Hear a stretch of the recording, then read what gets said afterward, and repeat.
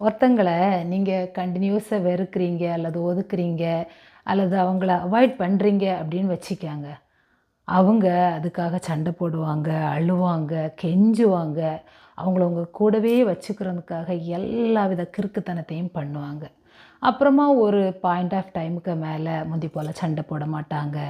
உங்கள கொஸ்டின் பண்ண மாட்டாங்க, பேச மாட்டாங்க, அழமாட்டாங்க, தைரியமா இருப்பாங்க. எல்லா விஷயமும் அவங்களுக்கு பழகிரும்.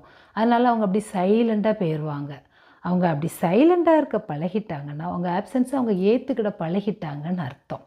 ஒரு டைமுக்கு மேல எவ்வளோதான் கெஞ்சினாங்களோ, அந்த அளவுக்கு அவங்க பொறுமையா இருப்பாங்க. என்ன நடந்தாலும் நீங்க எவ்வளோ இக்னோர் பண்ணாலும் அவங்க அத ஏத்துக்கிட்டு அமைதியா போவாங்க. ஏன்னா, அவங்க மனசு அதுக்கு பழக ஆரம்பிச்சுட்டு. இதுதான் உண்மை, இயற்கையும் கூட. மனுஷங்க வாழ்க்கை இப்படிதான். இருக்கும்போது ஒருத்தங்கள ஏத்துக்க பழகுங்க. அவங்கள வெறுத்து வெறுத்து அவங்க உங்கள விட்டு போகும்போது, திருப்பி அவங்க